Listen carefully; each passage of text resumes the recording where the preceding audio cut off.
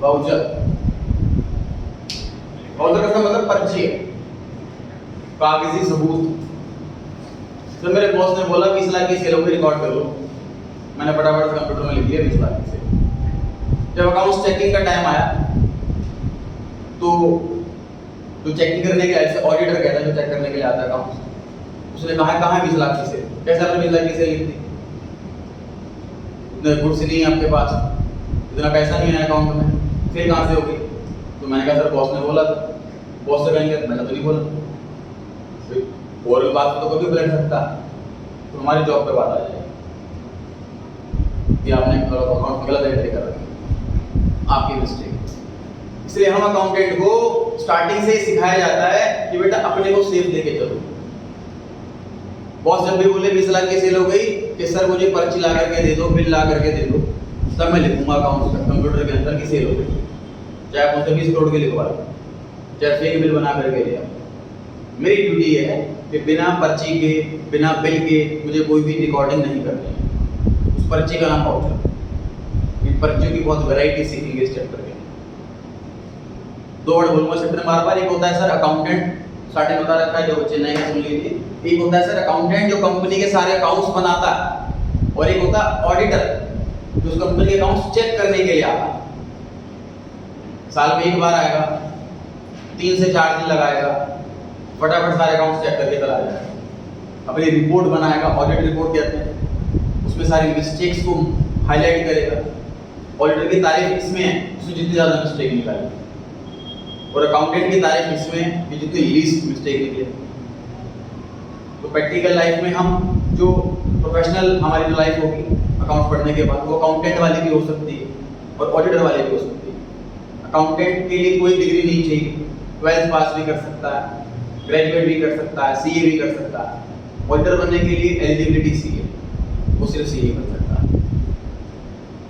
तो आप ये समझ लीजिए कि हम ऑडिटर हैं, अकाउंट्स चेक करने के लिए आ रहे हैं, तो कंप्यूटर में तो कुछ भी लिख देगा वो, हमें कागजी सबूत चाहिए, उसके लिए बिल वगैरह चाहिए, तो हम बिल को चेक करने के लिए आ रहे हैं।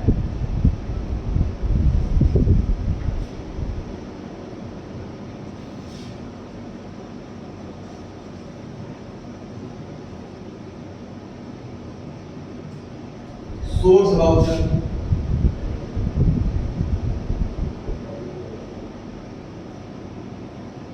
Accounting voucher. Total 2 category, major category है, पर्चियां बहुत सारी हैं, मेजर 2 कैटेगरी, एक सोर्स वाउचर और एक अकाउंटिंग वाउचर। सर सोर्स का मतलब क्या होता है? जहां से ना चीज जनरेट हुई है। जैसे कि सोर्स एक बड़ा जनरल वर्ड है। मान लीजिए मैं अपनी इनकम टैक्स रिटर्न में लिखता हूँ कि मेरी इनकम 20 लाख रुपए है, इनकम टैक्स नोटिस आता है कि अपना सोर्स बताओ कि आपका पैसा कहाँ से आया। सोर्स का मतलब समझ आ रही है बात? सोर्स कि कहाँ से जनरेट हो रहा है। इसी तरीके से इस सोर्स वाउचर का मतलब क्या है? सर मेरे बॉस ने बोला कि भाई 50 लाख का माल खरीद लिया, परचेज करा, तो जहाँ से परचेज करा वहाँ से बिल लेकर के आओ, तो वो बिल हुआ सोर्स वाउचर। जहाँ से चीज स्टार्ट हुई है, जनरेट हुई है, जहाँ से चीज पैदा हुई है। ये वाली पर्ची हम अकाउंटेंट नहीं बनाते, ये पर्ची हम अकाउंटेंट को दी जाती है। जैसे आपको कहता हूँ क्वेश्चन, जैसे चैप्टर में कराया जनरल एंट्री चैप्टर, उसमें लिखा होता है goods sold to Ram. Practical life में क्या बॉस हमें ऐसा टाइप करके देगा क्वेश्चन कि goods sold to Ram 50,000 entry कर लो? नहीं, वो हमारे हाथ में ही थमा देगा। पूरे महीने में, पूरे दिन में जितने भी सेल हुई, परचेज हुई, जितने भी बिल बने, वो सब बिल बुक हमारे डेस्क पर मिल जाएगी हमको। और बिल पढ़ करके हमें आइडिया लगाना है कि माल बेचा है कि खरीदा है, किसको बेचा है, कितने का बेचा है, किस रेट में बेचा है, कितना ट्रेड डिस्काउंट है, कितना कैश डिस्काउंट है, सब कुछ में मेंशन होगा।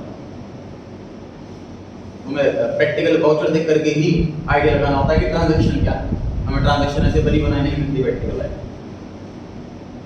उसके बाद सर ये सपोज बिल मिल गया मेरे को। अब ये बिल मिलने के बाद मैं तुरंत कंप्यूटर के अंदर एंट्री नहीं कर दूंगा,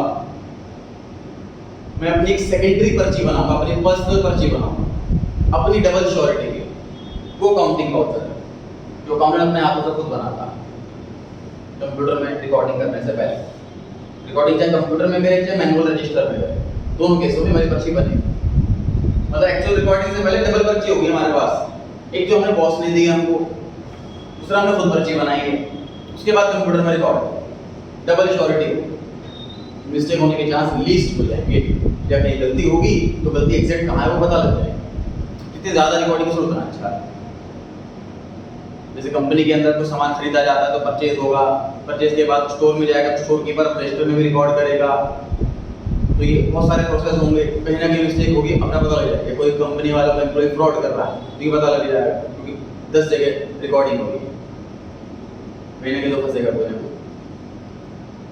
अभी तक हमने क्या याद करा सर? अभी तक हमें सिर्फ इतना पता लगा है कि सर 2 टाइप के वाउचर होते हैं, एक सोर्स वाउचर, एक अकाउंटिंग वाउचर। सोर्स वाउचर वो होता है जो हम अकाउंटेंट को दिया जाता है, हम खुद नहीं बनाते, और अकाउंटिंग वाउचर वो होता है जो हम अकाउंटेंट खुद बनाते हैं। क्लियर हो गई इतनी सी बात?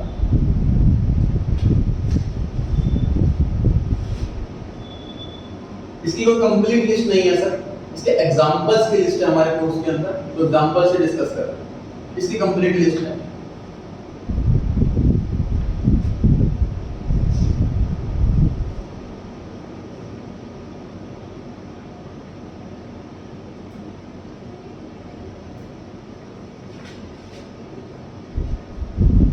सर बिल वर्ड का मतलब हमें जो पता है अभी तक जो हमें नॉलेज में है, बिल किसे कहते हैं? जैसे दुकान पे कोई चीज मैं खरीदूं, पैसे दूं, सामने वाला मुझे पर्ची दे देगा। अब वो बड़ी दुकान होगी तो फॉर्मल पर्ची मिलेगी हमको, उसमें जीएसटी नंबर भी होगा। छोटी दुकान होगी तो उसमें कच्ची पर्ची मिलेगी। ठीक बात है, उसको हमने बिल, अब तक हमने पता है बिल का मतलब ये। अब अकाउंट्स में पढ़ेंगे बिल का मतलब ये नहीं, उसे बिल नहीं कहते। समझिए क्या आंसर है। सर मैं शॉप पे जाता हूँ, मतलब मैं होलसेलर हूँ और मैन्युफैक्चरर के पास जाता हूँ, तो मैंने अपना एक ट्रक भर के सामान पैक करवा लिया, तो वो सामने वाला पूछेगा मुझसे कि पेमेंट सर अभी कर रहे हो कि बाद में करोगे? मैं कहता हूँ पेमेंट अभी करूँगा, तो एक अलग से एक बिल बुक निकालेगा, इस पर लिखा होगा कैश में, मैं पेमेंट अभी कर रहा हूँ, पेमेंट अभी कर रहा हूँ, तो वो निकालेगा बिल बुक कैश में। मैं उससे कहता हूँ कि पेमेंट अभी नहीं कर रहा, पेमेंट तो बाद में करूँगा, मैं अभी सामान लेके जा रहा हूँ, तो ये वाली बिल बुक निकालेगा, इसका नाम इनवॉइस है। मतलब सर 2 बिल बुक होती है, जो भी चीजें पढ़ा रहा हूँ नंबर 1 में पढ़ा रहा हूँ मैं, कच्ची पर्ची, 2 नंबर की पर्ची, वो सब नहीं पढ़ा रहा हूँ, कोर्स में ही नहीं, डेफिनेटली कोर्स में कैसे होगा।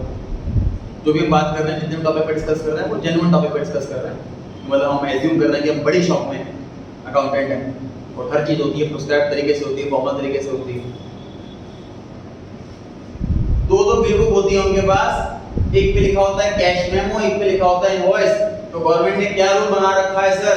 सेल ऑफ गुड्स एक्ट 1960 ने क्या रूल बना रखा है कि अगर सामने वाला कस्टमर हैंड टू हैंड पैसे दे रहा है तो उसे ये वाली पर्ची देनी है, अगर सामने वाला कस्टमर उधार लेकर के जा रहा है तो उसे ये वाली पर्ची देनी है। सर इन दोनों पर्चियों का 90% फॉर्मेट सेम होता है, 10% अलग होता है। वो अलग क्या होता है? इसमें कस्टमर का नाम नहीं लिखते, इसमें लिखते हैं। लॉजिक समझ पा रहे हैं आप? आइडिया लगा पा रहे हैं? जैसे जब पैसा हैंड टू हैंड मिल गया तो क्यों जानूं मैं कौन है कस्टमर? उधार बेच रहे हैं, कस्टमर का नाम सबसे पहले लिख लेंगे क्योंकि पैसे ले रहे हैं उससे। ठीक बात है। अब जो जनरल हमने बिल का मतलब पता था, वो बिल का मतलब नहीं है। इनवॉइस का दूसरा नाम है बिल। मतलब एक बिल वर्ड की तो कैटेगरी नहीं, इनवॉइस का सिनोनिम है बिल। अब हमें समझ में आ गया सर बिल किसे कहते हैं? बिल उसे कहते हैं जो उधार सामान खरीदने पे मिलता है, इनवॉइस भी उसे ही कहते हैं। कैश मेमो किसे कहते हैं? जो हैंड टू हैंड पेमेंट करके मिल जाता है, जो पर्ची में हैंड टू हैंड पेमेंट कर रहा हूं और मुझे पर्ची मिल रही है, उस पर्ची को कैश मेमो कहते हैं।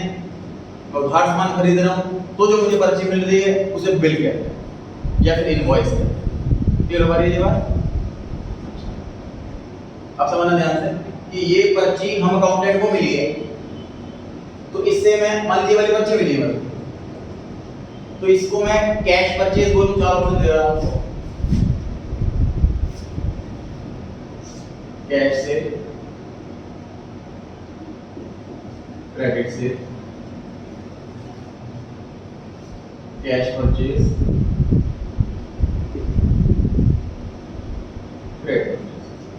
बताइए मेरे बॉस ने मुझे लाकर के पकड़ा दिया तो मैं क्या समझूं ये चारों में से क्या हो सकता है? Yes sir, cash purchase, cash से। और कोई आंसर? हैंड रेज करें। Cash purchase, cash sales, voice purchase की फेवर में, कल सेल की फेवर में। करेक्ट आंसर है देखिए दोनों। सर दोनों कैसे हो सकता है? या तो परचेज होगी या सेल होगी। सुनिए ध्यान से। सर हम अकाउंटेंट हैं, मान लेते हैं रिलायंस कंपनी, और हम परचेज कर रहे हैं PQR, इस कंपनी का नाम है PQR। जब हम इससे परचेज करके लाएंगे हैंड टू हैंड पेमेंट देकर के, तो हमें कैश मेमो मिलेगा। वो कैश मेमो परचेज का होगा क्योंकि परचेज करा है हमने। रिलायंस कंपनी मान लीजिए किसी को बेच रहा है सामान, ABC कंपनी को बेच रहा है सामान, कैश है, तो रिलायंस कंपनी का खुद का प्रिंटेड कैश मेमो होगा जो इसको देंगे हम, उसकी डुप्लीकेट कॉपी हमारे पास रहेगी रिकॉर्डिंग के लिए। तो परचेज के लिए भी कैश मेमो होता है, सेल के लिए भी कैश मेमो होता है। कैश मेमो जैसे ही हम अकाउंटेंट को मिलेगा तो हम कैसे पता लगाएंगे कि परचेज है कि सेल है? भाई हमारी खुद की कंपनी का नाम प्रिंट है तो हमने माल बेचा होगा तो सेल है। किसी और कंपनी का नाम प्रिंट है उसका मतलब हमने परचेज करा होगा उससे, तो वो कैश परचेज है। समझ आ रही है? तो कैश मेमो कैश परचेज के लिए भी होता है, कैश मेमो कैश सेल के लिए भी होता है। ये प्रैक्टिकल लाइन में बड़ा आसान है पता लगाना कि हमारी खुद की कंपनी का वो पर्चा है तो सेल है वो, और किसी और कंपनी का पर्चा है तो परचेज। क्लियर हो गई बात? सर मेरे बॉस ने मुझे इनवॉइस ला करके दे दिया तो इसका मतलब क्या है? चारों में से मैं ट्रेस करने ट्राई कर। हां जी, BND credit sale and credit, समझ पा रहे हैं? ये दोनों है क्योंकि हमारी कंपनी का प्रिंटेड है बिल तो सेल है, किसी और कंपनी का प्रिंटेड मिला है हमें तो परचेज। तो क्रेडिट सेल का भी इनवॉइस, क्रेडिट परचेज का भी इनवॉइस। क्लियर हो गई बात? तो उधार में ट्रांजैक्शन के लिए इनवॉइस बनता है, इनवॉइस का दूसरा नाम बिल है, और कैश के ट्रांजैक्शन के लिए, कैश में परचेज सेल होगी उसके ट्रांजैक्शन के लिए कैश मेमो बनता है। ये दो एग्जांपल डिस्कस कर लेते हैं, एग्जांपल 1, एग्जांपल 2, एग्जांपल 3। रिसीट्स, इसमें की साइलेंट होगा। तो मैंने कस्टमर को उधार सामान बेचा है, इसका प्रूफ है बिल। कस्टमर मेरे को पैसे देने आ गया, मैंने पैसे लेके पॉकेट में रख लिए और कल को मैं पलटता हूं मैंने पैसे लिए नहीं। क्या प्रूफ है सामने वाले के पास कि मैंने पेमेंट दे दी, उसने पेमेंट दे दी? तो जैसे वो मुझे पैसे देगा, बोला सर परचेज दो, रिसीट दो, तो हम उसको एक रिसीविंग देंगे। फॉर्मेट होगा received with thanks from, amount होता है किससे प्लेयर पैसे ले रहे हैं, कितना अमाउंट ले रहे हैं, वर्ड और नंबर दोनों में होता है। अगर चेक से ले रहे हो तो चेक का नंबर होता है, डेट होती है, किस बिल के अगेंस्ट पेमेंट आई है वो लिखा होता है, तो उसको हम परचेज रिसीट दे देते हैं। मतलब ये उसके पास प्रूफ है, उसने पैसे दे दिए। कल को मैं पलटूं कि मैंने पैसे लिए, तुमने कब पैसे दिए, तो पर्ची दिखा देगा सर आपके साइन करे पर्ची मेरे पास, मैंने स्टेट पैसे दिए, हम कर देते। समझ आ रही है बात? तो रिसीट है पेमेंट का proof.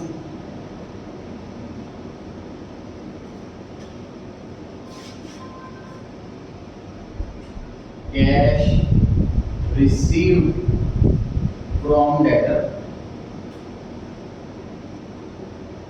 cash paid to creditor। मुझे बताइए जो रिसीट है ये ई पॉइंट के लिए वाउचर है कि एफ पॉइंट के लिए वाउचर है? एड्रेस करें दोनों के लिए। सर मैं पैसे लूंगा तो अपनी कंपनी की प्रिंटेड वाली रिसीट दूंगा, और अगर मैं किसी को पैसे देने जा रहा हूं तो उसकी कंपनी के प्रिंटेड वाली रिसीट लेकर के आऊंगा, तो रिसीट तो दोनों केसों में होगी, चाहे पेमेंट करें चाहे रिसीव करें, पर्चा दोनों केसों में बनेगी। तो रिसीट का मतलब पेमेंट हो चुकी है, पेमेंट रिसीव भी हो सकती है और पेमेंट टू एनी पर्सन को भी हो सकता है, दोनों केसों में रिसीट है। बड़ा इजीली पेटेल पता लगा सकते हैं, हमारा नाम कंपनी का प्रिंटेड होगा तो पैसे हमने लिए हैं, रिसीवर रिसीट देता है, सो कंपनी का नाम प्रिंटेड है तो फिर पेमेंट करेंगे। क्लियर हो गई बात?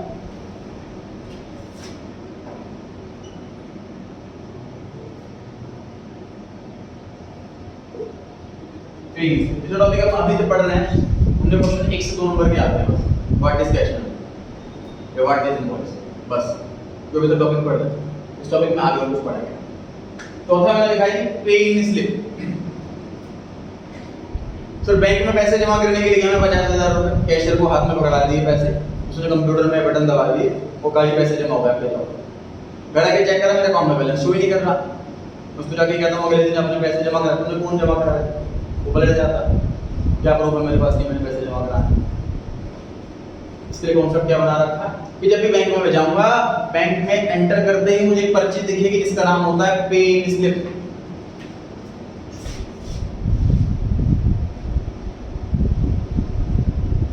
दो हिस्से होते हैं इसके, एक छोटा हिस्सा एक बड़ा हिस्सा।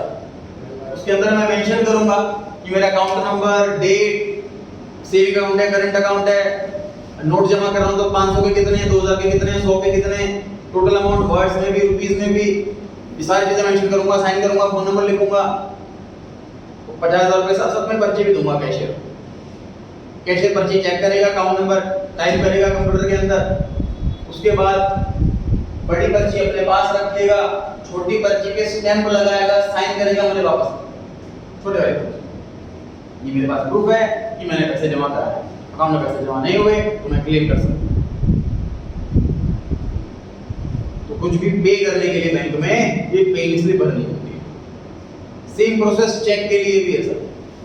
मुझे किसी कस्टमर से चेक मिला और मैं बैंक में जमा कर दिया, बैंक वालों से हो गया, बैंक में तो पलट जाएंगे जी आपने कौन सा चेक जमा करा, उसका प्रूफ क्या होना चाहिए, उसके लिए भी सेम कॉन्सेप्ट है।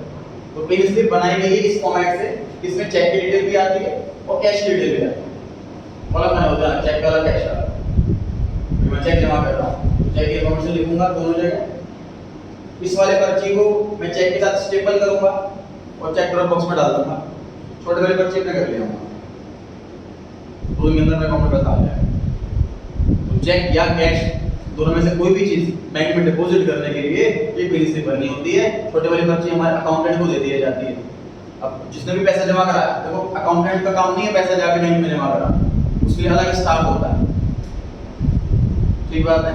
अकाउंटेंट का काम है अपने कैबिन में बैठना है जेएसी में और बस कंप्यूटर पे एंट्री पास करते रहना।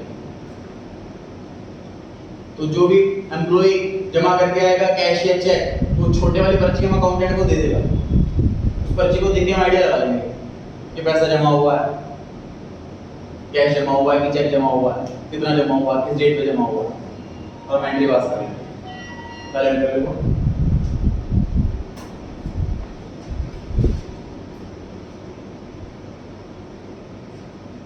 पांचवा पॉइंट है सर चेक, हमें ज्यादा बताने की जरूरत नहीं है। What is a cheque? It is an order. एक ऑर्डर है कस्टमर को, समझ लीजिए मान लीजिए मैंने अपने सपोज 5 लाख रुपए उनके पास सरपा रखे हैं, अब कहीं को मुझे पैसे देने हैं, कोई पैसे लेने के लिए आया, हाँ जी अभी से ले आओ 20,000 रुपए मैंने दे रखे हैं, उसको वो दे देगा। किसी और ने 50,000 मांगे, मैंने उससे लिया, वो दे देगा। तो ये सिस्टम चल रहा है। मैंने अपने पैसे बैंक में जमा करा दिए, कोई पैसे लेने के लिए आया, मैं कहूँगा बैंक से पैसे निकाल लो मेरे अकाउंट में बैलेंस। अब ये चीज ओरल नाउ पे रिटर्न हो रही है चेक की form. Cheque is an order to the bank to pay the amount written in the check to the person who is holding the check। जो चेक होल्ड कर रहा है, जो चेक लेकर के आया बैंक में, उस पर्सन को पैसे दे दो, ये ऑर्डर दे रहे हैं हम बैंक को। तो cheque is an order to the bank. Clear हो गई जी बात? एक बार रीडिंग करते हैं हम चैप्टर से।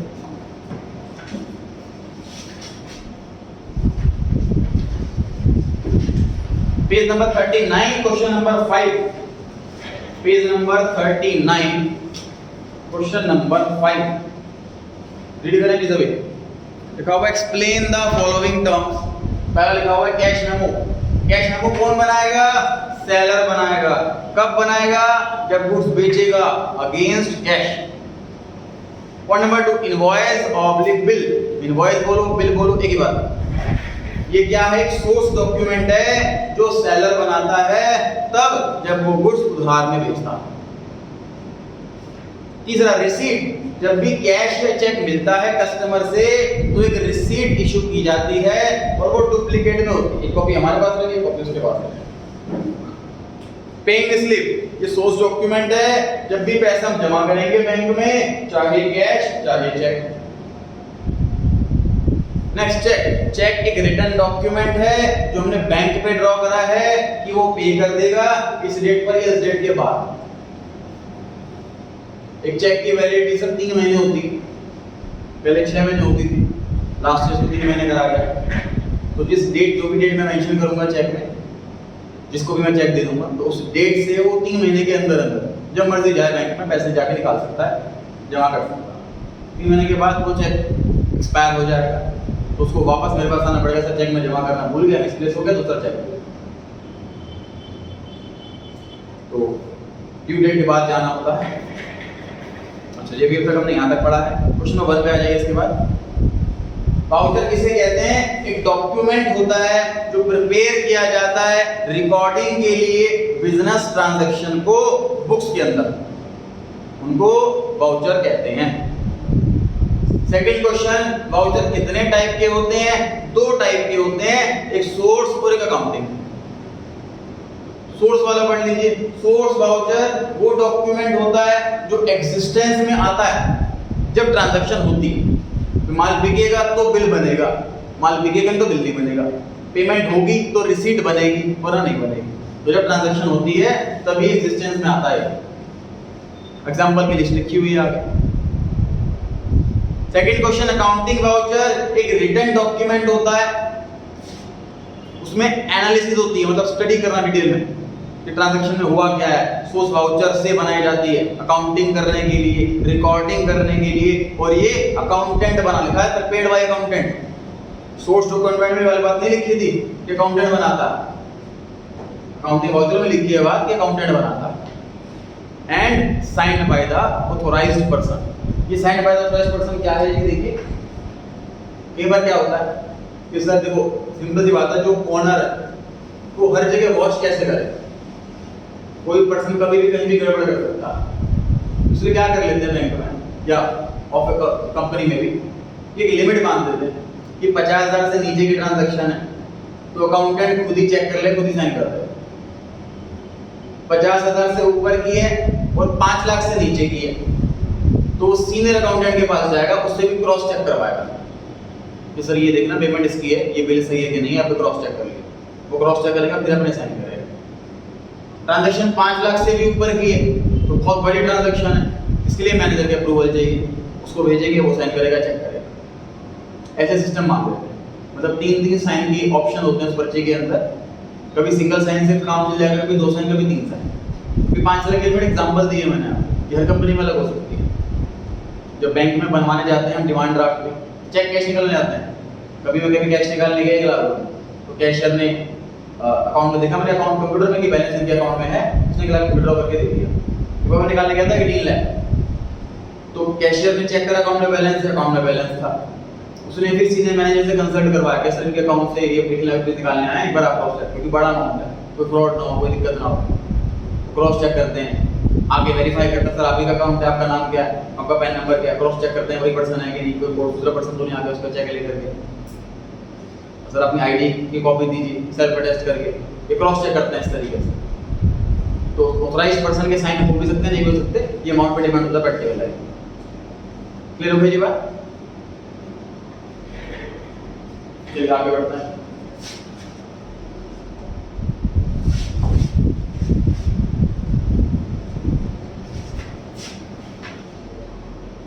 सोर्स वाउचर के बाद सर अकाउंटिंग वाउचर पर आ रहे हैं।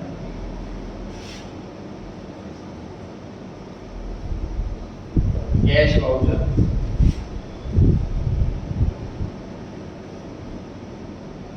Non cash voucher. Non cash वाले का दूसरा नाम ट्रांसफर वाउचर, मतलब वाउचर के 2 type, source voucher, accounting voucher. उसके बाद अकाउंटिंग वाउचर के 2 type, cash voucher, non cash voucher.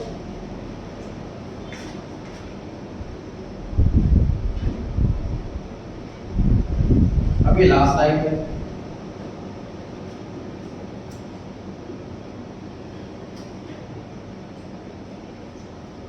Cash voucher के भी 2 टाइप, एक डेबिट वाउचर, एक क्रेडिट वाउचर। ये लास्ट टाइप तो याद करने से कंफ्यूजन नहीं होनी चाहिए। वाउचर के 2 टाइप, सोर्स और अकाउंटिंग। अकाउंटिंग के 2 type, cash, non cash. Cash के 2 type, debit voucher, credit voucher. इसके कोई टाइप नहीं। अच्छा अब समझिए कि मैंने करना शुरू करें कि मैं सर ऑफिस में बैठा हूँ अपने और मेरे बॉस ने मुझे बहुत सारे सोर्स वाउचर ला करके दे दिए हैं, उसमें कैश मेमो है, इनवॉइस है, रिसीट है, पेइंग स्लिप है, बहुत सारे नाम ला करके दे दिए मुझे सोर्स वाउचर, अब मुझे उसमें अपनी पर्ची बनानी है अपनी अंडरस्टैंडिंग के लिए। तो मैंने अपने पास वो 3 पर्चियां प्रिंट करवा रखी है 3 टाइप से, एक ये वाला और एक तो 3 तरीके की पर्चियां मैंने प्रिंट करवा रखी अकाउंटेंट ने। अगर वो जो मुझे पर्ची मिली, जो सोर्स डॉक्यूमेंट मिला, उसमें कैश इन्वॉल्व है तो इन दोनों में से कोई पर्ची चुनूंगा। अगर कैश इन्वॉल्व नहीं तो ये वाली पर्ची।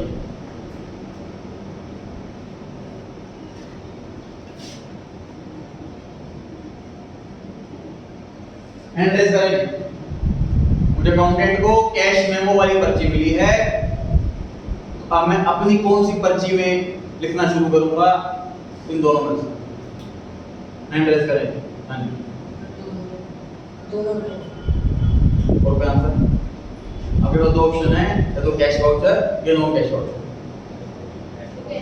कैश वाउचर, कैश मेमो अगर मुझे मिला है तो पक्की बात है या तो कैश परचेज करी होगी या कैश सेल करी होगी, मतलब कैश इन्वॉल्व है। ठीक है, मुझे बिल मिला है, अब मैं कौन सा वाउचर बनाऊं? नॉन कैश वाउचर बनाएं, क्योंकि बिल का मतलब उधार में खरीदा है या उधार में बेचा है, मतलब कैश इन्वॉल्व नहीं।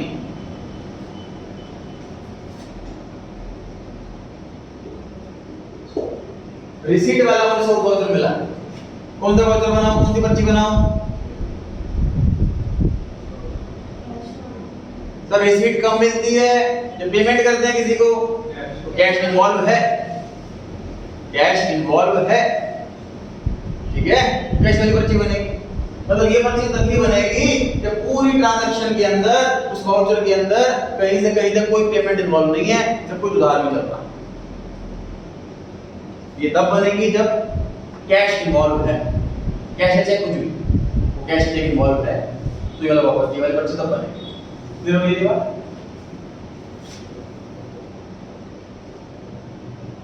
अगर कैश इन्वॉल्व है, सब 2 बातें हो सकती हैं, या तो पैसा आ रहा है या पैसा जा रहा है। अगर पैसा आ रहा है तो ये वाली पर्ची, और पैसा जा रहा है तो ये वाली पर्ची।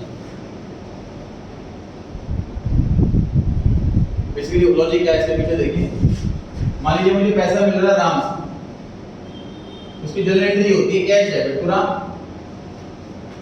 तो कैश मुझे मिल रहा है, अगर मैं ये वाली पर्ची बना रहा तो मुझे पता है कैश मिल रहा है, तो मैं कैश अकाउंट क्यों लिखूं? मुझे बस ये जानना है किससे पैसा मिल रहा है, मुझे सिर्फ राम लिखूं। इस वाली पर्ची के अंदर देखो, इस तीनों पर्ची में फर्क क्या है? जब ये पर्ची प्रिंट होती है ना, तो इस पर्ची के अंदर सिर्फ डेबिट के सामने की जगह खाली होती है, क्रेडिट लिखा ही नहीं होता।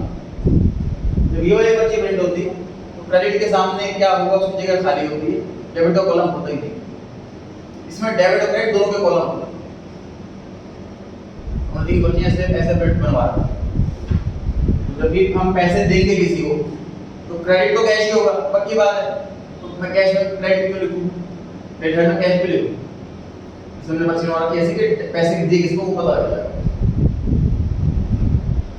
पेमेंट करेंगे तो डेबिट वाउचर, पैसे रिसीव करेंगे तो क्रेडिट वाउचर, और नॉन कैश ट्रांजैक्शन तो नॉन कैश वाउचर। इसका दूसरा नाम transfer voucher.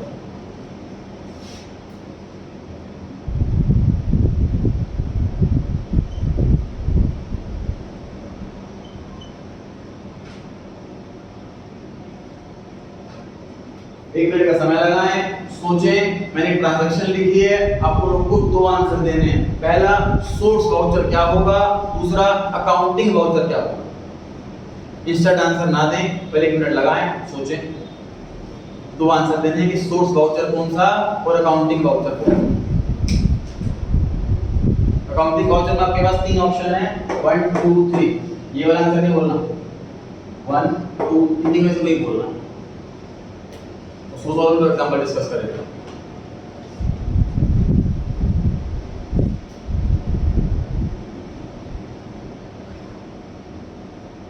Cash memo, credit voucher. Cash memo और क्रेडिट वाउचर। और कोई आंसर? कैश मेमो और डेबिट वाउचर। कैश मेमो और डेबिट वाउचर। गुड्स परचेज कर रहे हैं sir, payment end to end कर दी, तो जो हमें बिल मिलेगा, पर्ची मिलेगी, वो कैश मेमो वाली मिलेगी, इनवॉइस वाली नहीं। सोर्स ऑफ द बिल्कुल सही है, कैश मेमो। और पैसे दे रहे हैं कि ले रहे हैं इसमें? पेमेंट कर रहे हैं, पैसे दे रहे हैं, पेमेंट वाले केस में डेबिट वाउचर। ठीक है,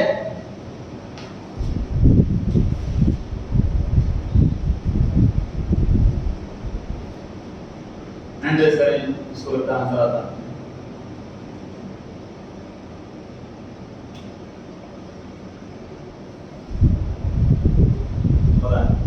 इनवॉइस और non cash voucher. Invoice bill बनेगा सर, उधार में लेकर के आए हैं और इस ट्रांजैक्शन के अंदर कैश इन्वॉल्व नहीं है, इसलिए नॉन कैश वाउचर।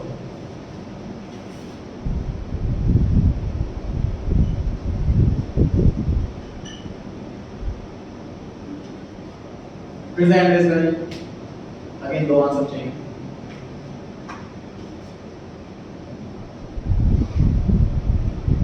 हाँ जी, रिसीट और डेबिट वाउचर जब पेमेंट करेंगे सर किसी को, तो बदले हमें पर्ची मिलेगी, रिसीट मिलेगी, और हम पेमेंट कर रहे हैं, तो ये बनेगा डेबिट वाउचर। फिर ऊपर ये बात,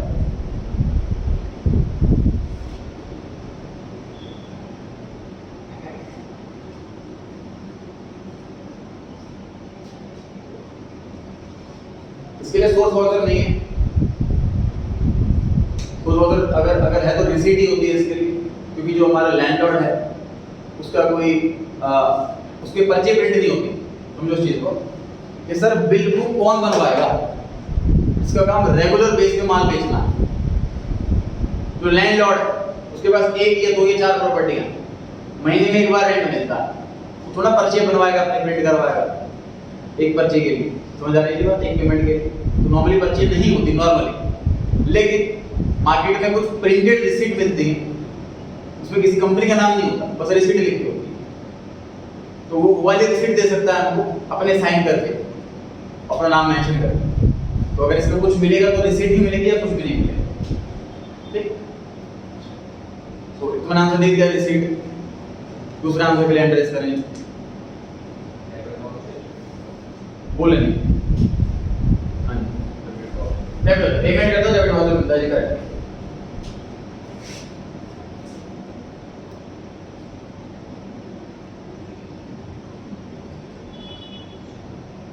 कमीशन रिसीव, दो आंसर देने हैं, एड्रेस करें।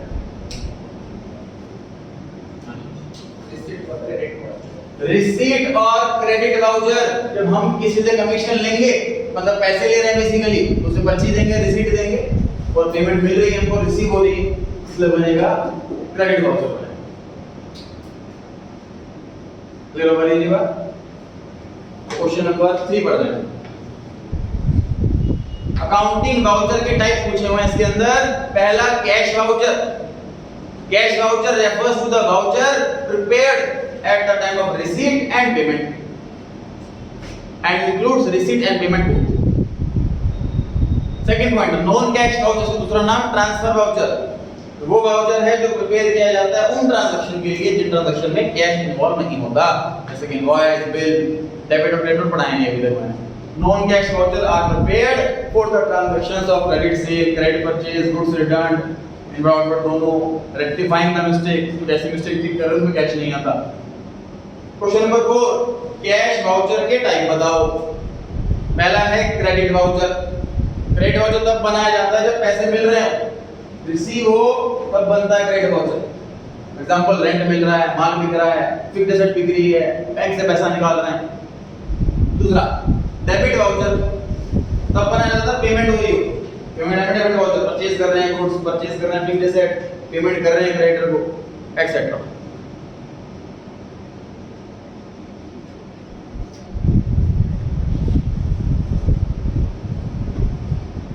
तो ये सब क्या पढ़ा सर, ये कैश वाउचर के type, debit voucher, credit voucher. हमें तो ध्यान रखना है पेमेंट के टाइम, रिसीट के टाइम कौन सा।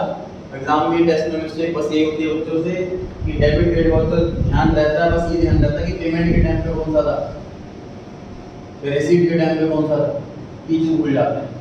तो ध्यान रहे, हमें क्या करना होता है, पैसा अगर मिल रहा तो कैश तो पता ही है कैश मिल रहा है, कहाँ से मिल रहा है वो जानना। इसलिए रिसीव के टाइम हम क्रेडिट साइड को प्रायोरिटी देंगे। तो क्रेडिट्स वाउचर बनाएंगे, क्रेडिट लिखेंगे उसका। ऐसे हम पेमेंट अगर दे रहे हैं किसी को, तो पेमेंट किसको दे रहे हैं वो रिकॉर्ड करना जरूरी है। तो डेबिट में किसका नाम आएगा वो मेंशन करना जरूरी है कि पेमेंट किसको कर, कैश को आएगा जाएगा वो तो बताइए। नॉन कैश वाले में दो नाम लिखे जाते हैं, जैसे हमने उधार में खरीदा राम से, तो राम डेबिट होगा, सेल्स क्रेडिट होगी, ये दोनों ही बातें मेंशन की जाती है। इस वाले के अंदर दोनों कॉलम होते हैं, डेबिट वाला कॉलम भी होता है, क्रेडिट वाला कॉलम भी होता है। क्लियर हो गई बात?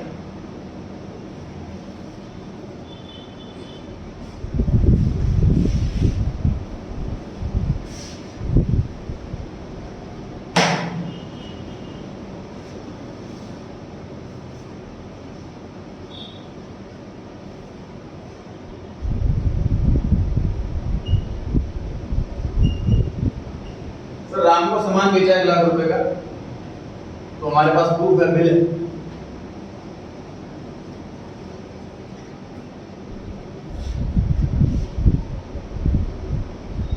इससे अभी पार्ट पेमेंट आएगी, थोड़ी सी पेमेंट आएगी 30,000 रुपीज। प्रूफ है इसका, रिसीट। कुछ गुड्स ऐसे थे जो थोड़े बहुत डिफेक्टिव थे, तो राम ने कुछ वापस कर दिए।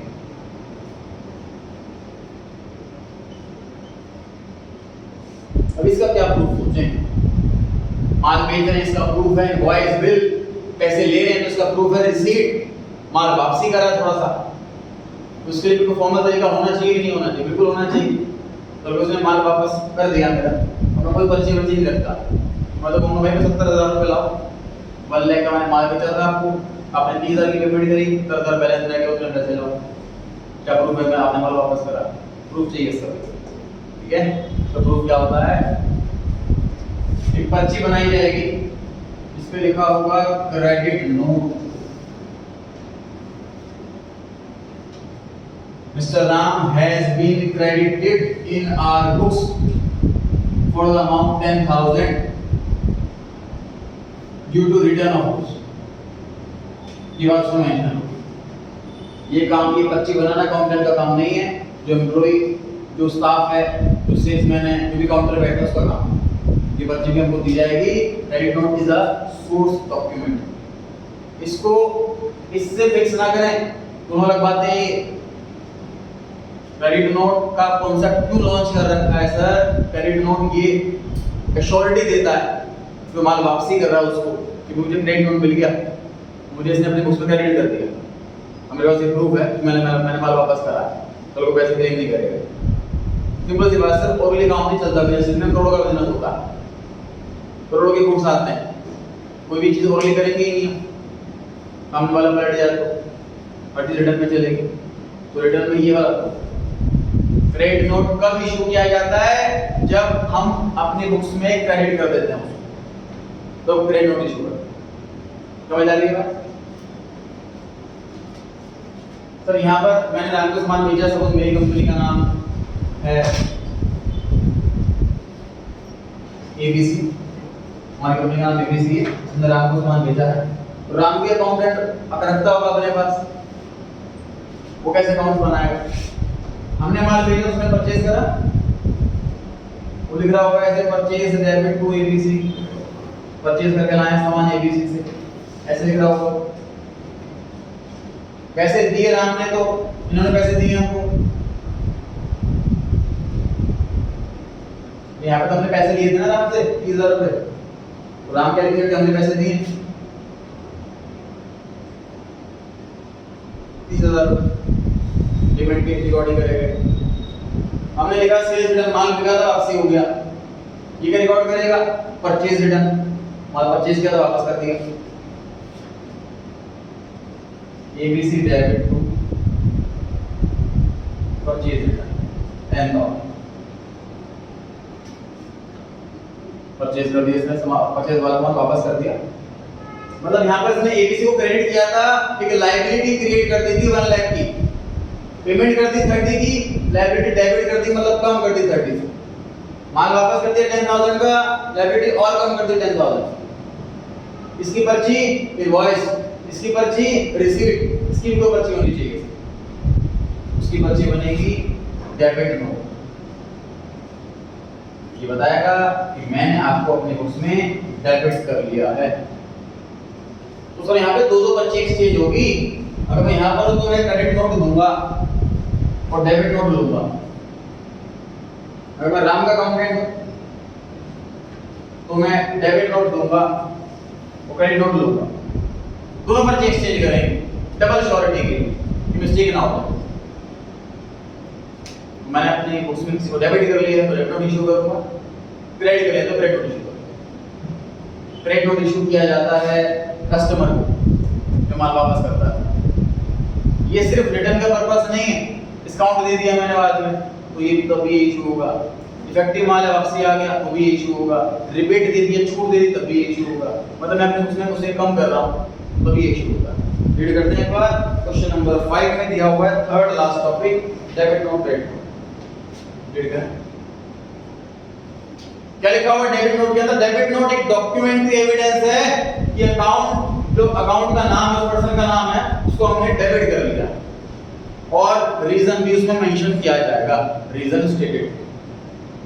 क्रेडिट नोट में क्या लिखा हुआ है, डॉक्यूमेंट है, एविडेंस कर रहा है, सबूत दे रहा है कि क्रेडिट कर दिया है हमने उस पर्सन को और रीजन भी देख क्यों क्रेडिट करा, डिस्काउंट है, रिटर्न है, गुड्स वगैरह वगैरह।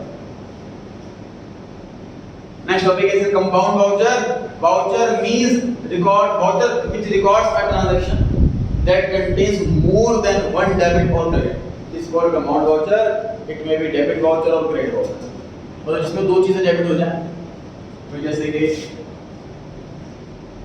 Cash account debit, discount allowed account debit to Ram, तो दो से ज्यादा अकाउंट आ गए उसके अंदर, उसे कंपाउंड वाउचर कहते हैं। कंपाउंड वाउचर का मतलब टू और मोर अकाउंट आ जाएंगे उसके अंदर तो कंपाउंड वाउचर हो गया। आज हमने इस चैप्टर की थ्योरी कंप्लीट करी है। नेक्स्ट क्लास में इस चैप्टर के न्यूमेरिकल क्वेश्चन करेंगे। क्वेश्चन नंबर 6 में क्या लिखा हुआ है, एग्जांपल दो वाउचर का। एग्जांपल पूरे भरे पड़े सर आपके सामने, रिसीट लिख दो, कैश मेमो लिख दो, इनवॉइस लिख दो। क्वेश्चन 7 में कि डेप्रिसिएशन मशीनरी पे चार्ज करा है तो बताओ कौन सा वाउचर प्रिपेयर किया जाएगा।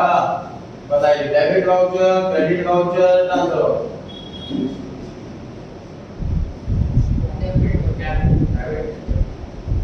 Non cash voucher. तो डेप्रिसिएशन की जर्नल एंट्री होती है depreciation account debit to machinery account. Chapter 8 में पढ़ चुके हैं। चैप्टर 7 में किसी भी एक चैप्टर के बाद पढ़ा था कि जर्नल थोड़ा बहुत आना चाहिए चैप्टर की। जो एंट्री होती है depreciation account debit to machinery, उस एंट्री के अंदर ना तो कैश आ रहा है ना कैश जा रहा है, इसीलिए नॉन कैश वाउचर। देख सकते हैं आप लोग साथ साथ answer. 8th question, cash memo एक सोर्स डॉक्यूमेंट है कि अकाउंटिंग वाउचर है। बताइए कौन सा वाला है, कौन सा कैश मेमो? सोर्स वाउचर है सर, लिखा हुआ आंसर में कैश मेमो एक सोर्स वाउचर है जो कि सेलर बनाता है। जितना भी बोर्ड पे लिखा है इसको नोट कर लीजिए कॉपी में। घर जाकर इसके जितने एमसीक्यू फ्रेंड्स आ रहे हैं स्टूडेंट्स हैं वो कर लीजिएगा। क्वेश्चन नंबर 9 करेंगे नेक्स्ट क्लास में। संडे को टेस्ट होगा चैप्टर 8 जनरल का, ध्यान रखें, रिवाइज करते रहें।